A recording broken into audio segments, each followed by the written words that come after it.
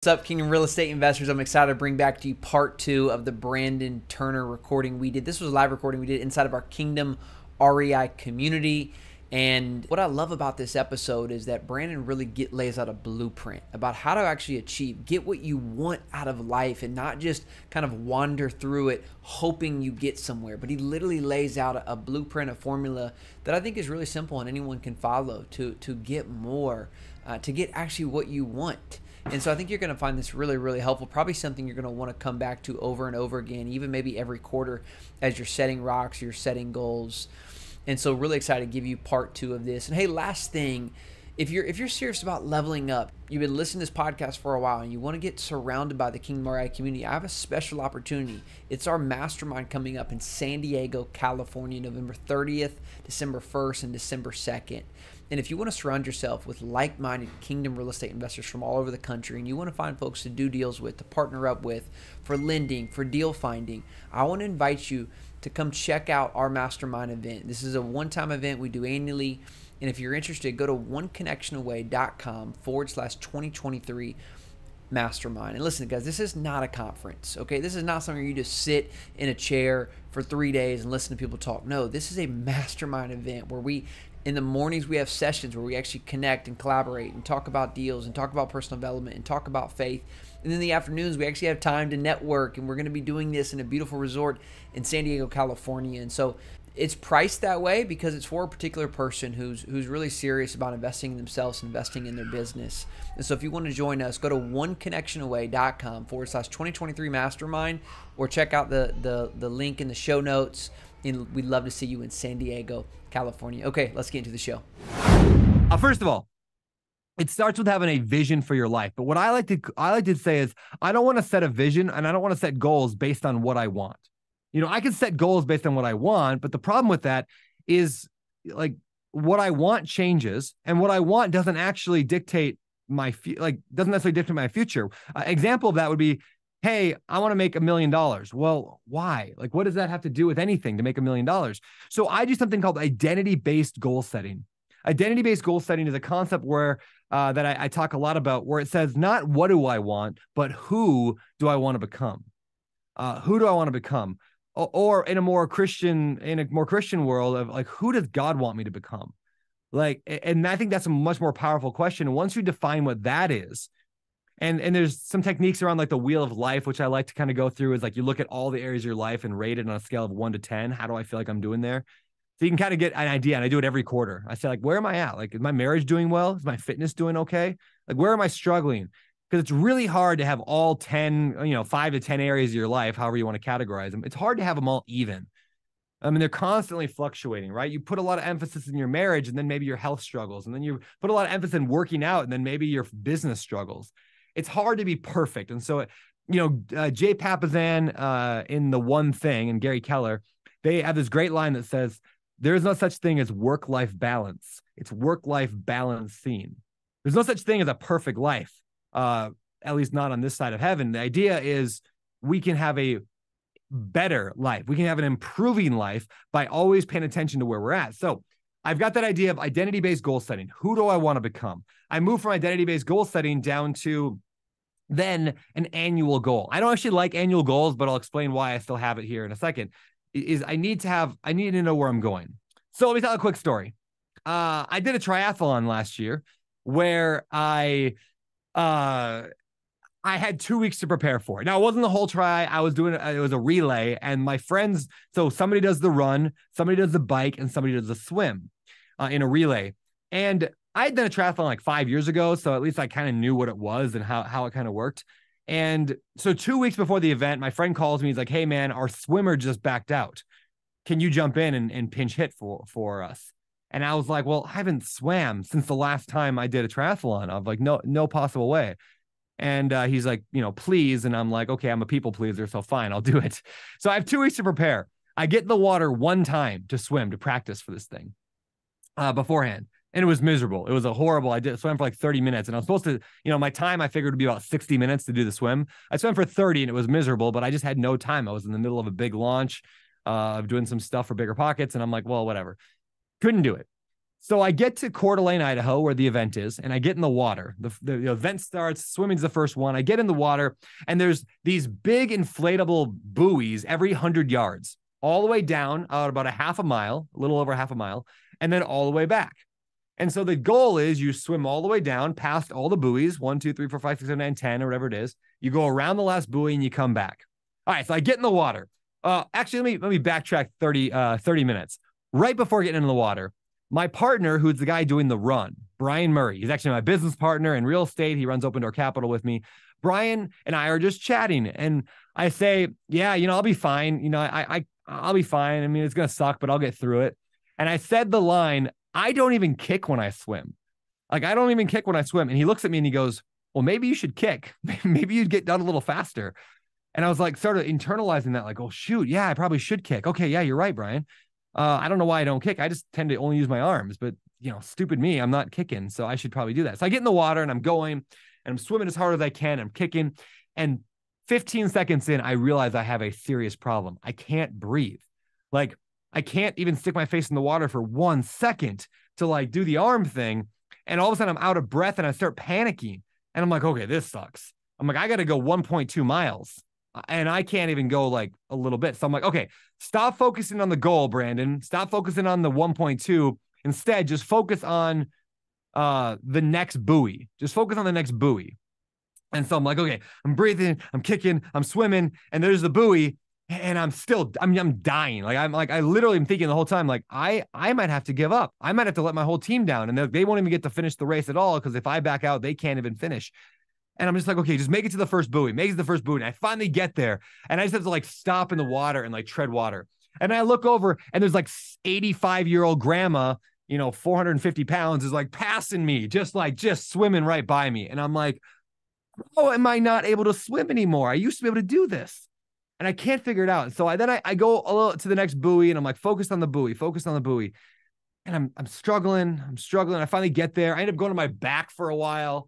Anyway, 30 minutes in, maybe 40 minutes in. I think I'm like almost like, I don't know, 35, 40 minutes in. I finally get to the end. Now there's a limit. You can't go over, I think it's an hour 15 or hour 20. Like you're disqualified at a certain point. So now I'm sitting there going, shoot, I might like disqualify myself because I just can't swim. And then I'm like, you know what? Screw it. I'm not going to do it anyway. I'm just going to go back to what I know. I'm going to stop kicking and I'm just going to focus on a very, very simple rhythm. Arm, arm, arm, breath. No kicking. I'm going to go back to what I know works. Arm, arm, arm, breath, arm, arm, arm, breath, arm, arm, arm, breath. And all of a sudden I look over and I'm passing grandma. And I'm like flying past grandma. And then I'm flying past other people. And I was like Superman in the water. I felt so cool. And I'm just buzzing because I'm arm, arm, arm, breath, arm, arm, arm, breath. I wasn't focused on the 1.2 miles. I wasn't focused on the buoy. I was focused on the rhythm. And I start flying. And now I'm having a great time. In fact, my mind's freed up. I'm thinking about how I'm going to turn this into a speech someday. And I'm like, this is going to be great. And then I look up and I'm about 200 yards in the wrong direction. Like I just somehow just turned with my arm, arm, arm, breath. And I'm way off course. And I was like, oh, shoot. So then I see the buoys. I go back to the buoy. And then I realize it is arm, arm, arm, breath. But it's arm, arm, arm, breath. Where's the buoy? Arm, arm, arm, breath, arm, arm, arm, breath, arm, arm, arm, breath. Where's the buoy?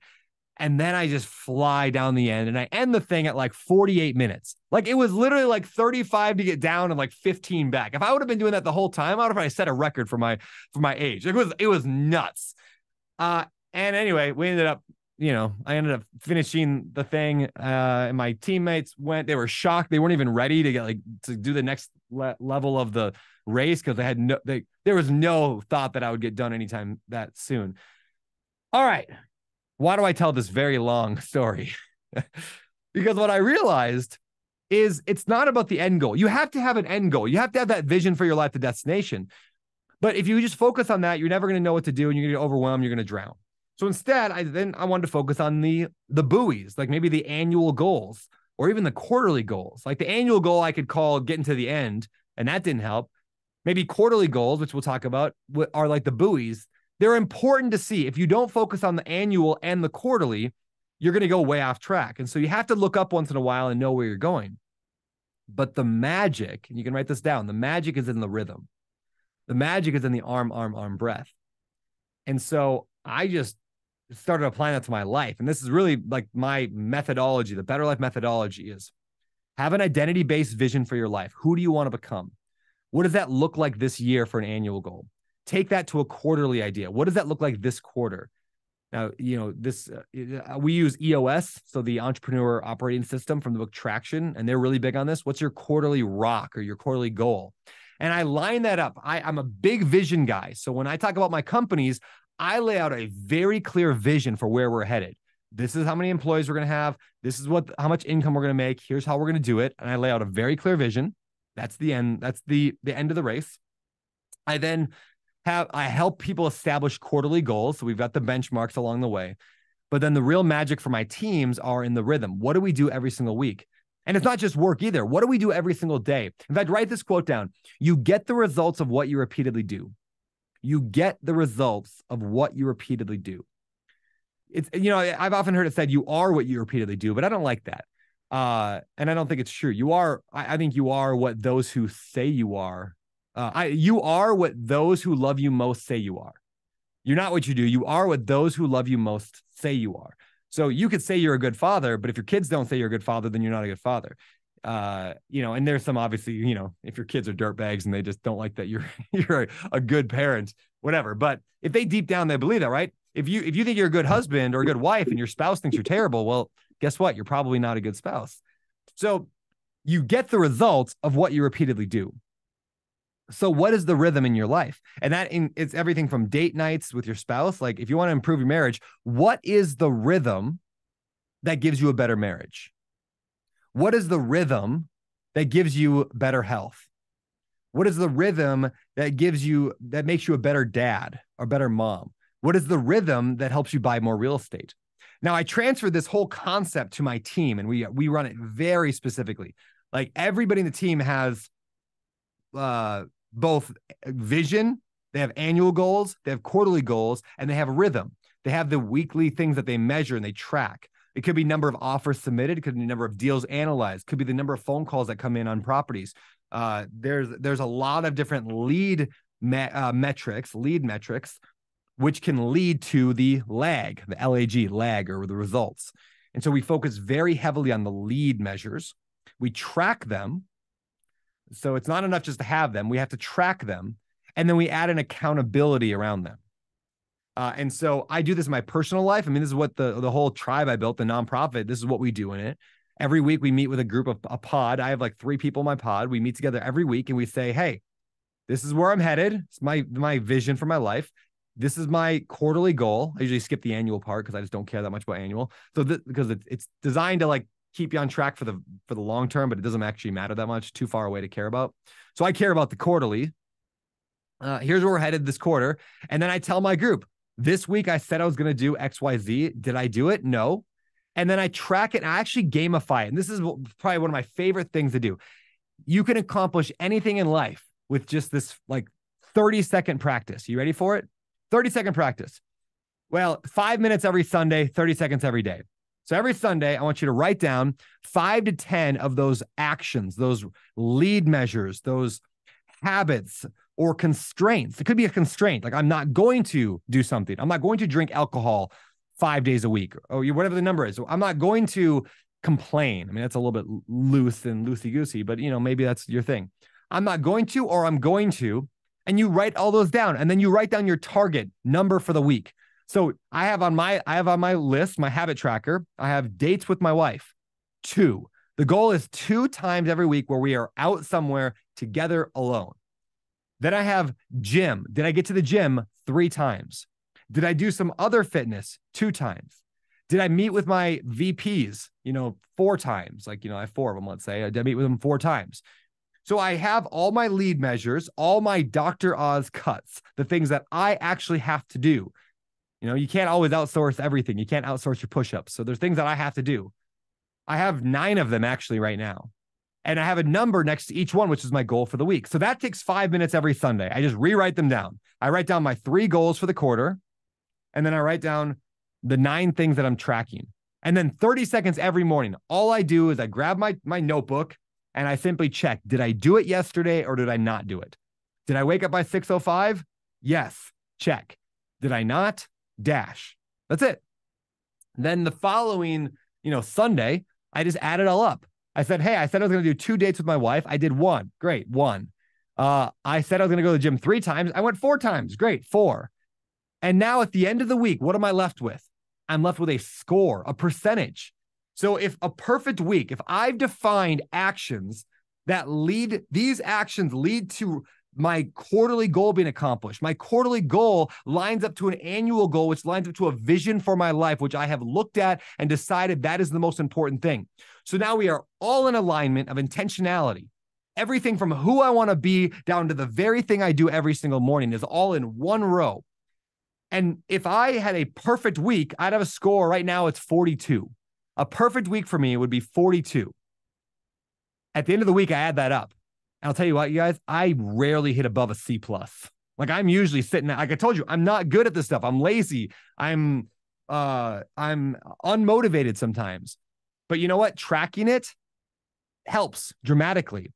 And then the last thing I do is I add the accountability. So now I have somebody else. I have this pod. I have a group. You can do it with a friend. You can do it with a spouse. You can do it with a buddy. You can do it with a small group. You can do it with this group. I go there and I say, this was my score last week. Hey, here's my 3 goals. Last week I said I was going to do this and I didn't, or I did.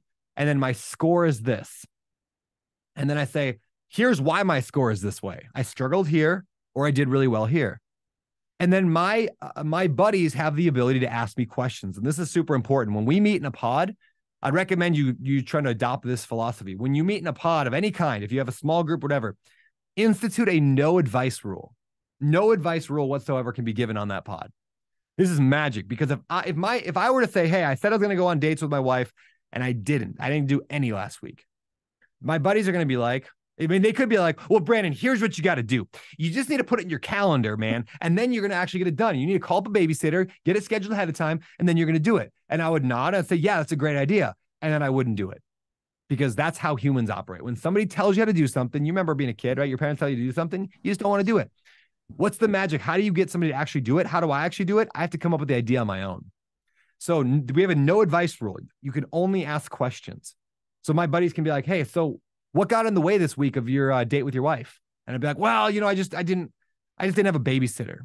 Okay. Well, why didn't you have a babysitter? Well, because my nanny was out of town and, she was on vacation. Okay. When's the next time she's going on vacation? Oh, all of a sudden I start thinking of that, right? Or what could you do instead? Do you have any other babysitters lined up? What other options do you have, Brandon? What could you have done differently? And all of a sudden I start thinking and I start coming up with a solution. And now next week or next time, I'm going to do better because I came up with it, because I'm the hero of my story, right? I need to be the hero of my story in order to affect change. You need to be the hero of your story to affect change in your life. You can't let somebody else come in and be the hero of your story. That's how I do it. So by having the vision, which is based on identity, lining that to an annual goal, to a quarterly goal, to weekly tracking, which takes 5 minutes on a Sunday and 30 seconds every day, and then adding in the accountability on that, is just this magic cycle. And I have one more piece of it. I just call it continual improvement. And I like this idea of I'm always getting better. I'm always looking at my last week and saying, what can I do better next week? How do I improve this? I'm always educating myself on new things. That's continual improvement. I'm attending masterminds like this. I'm going into small groups. I'm paying for it when I need to, and I'm trying to continually improve. And that is how I have hacked my life. So between that system and hiring other people to do things for me, I tend to just get things done. And the things that I do get done, because I'm forced to, because there's a body on the table with the knife sitting next to it, those things are very, very high impact things. Those things are things that make me $5,000 or $10,000 or $100,000. And so the more of those I can line up, the better. And I can actually work less hours, fewer hours. I can work on more impactful stuff and put food on the table for a lot of other people.